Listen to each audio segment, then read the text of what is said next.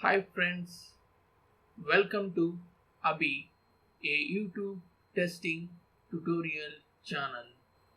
Let us gain knowledge on testing concepts.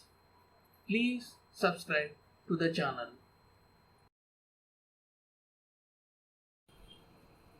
Friends, today let us gain knowledge on test closure report. It is the last phase and the sixth phase in the STLC. As you know that every phase has some entry criteria. If you satisfy that conditions, then only we can start that phase. Today, let us look into the entry criteria of the test closure report. They are: test cases are completed. That means all the test cases should be ready and should be executed by the testers. And also, we have to obtain results of the test cases, whether pass or fail, not tested, not applicable. And we should obtain the logs of the defects. If we find any issues in testing, we should also capture some screenshots or the logs as the evidences. And also, we have to raise that issues in some defect tracking tool and generate the reports. So once we completed these 4 steps, we can initiate the test closure report phase. Friends, as you know, is the last phase of STLC. We can come to a conclusion that once the actual testing is over and defects are all raised in the defect tracking tool, then we initiate this test closure report. It's a documentation process which mentions the objectives met and the total time taken for testing and also the total cost. It includes the tools or licenses which we purchased for testing and also the salaries of the employees and other resources we had involved.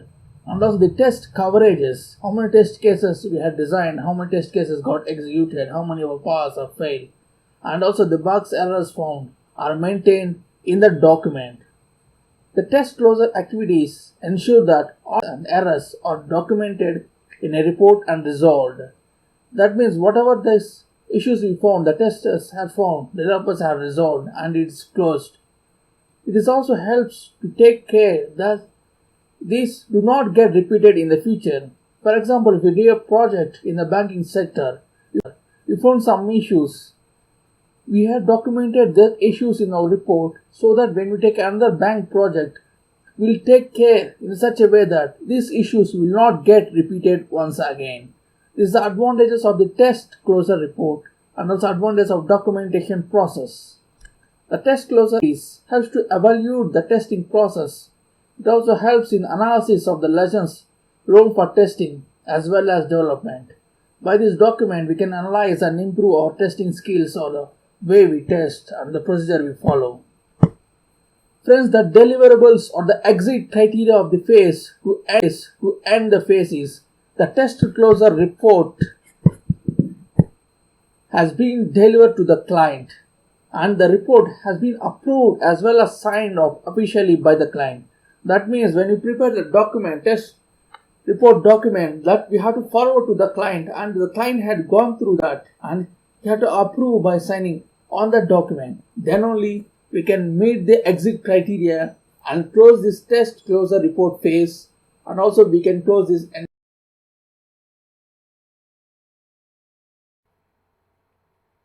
Friends, please click on subscribe button to support our channel Abhey, and also please click on like button and share this video to your friends who are eager to gain knowledge on testing concepts.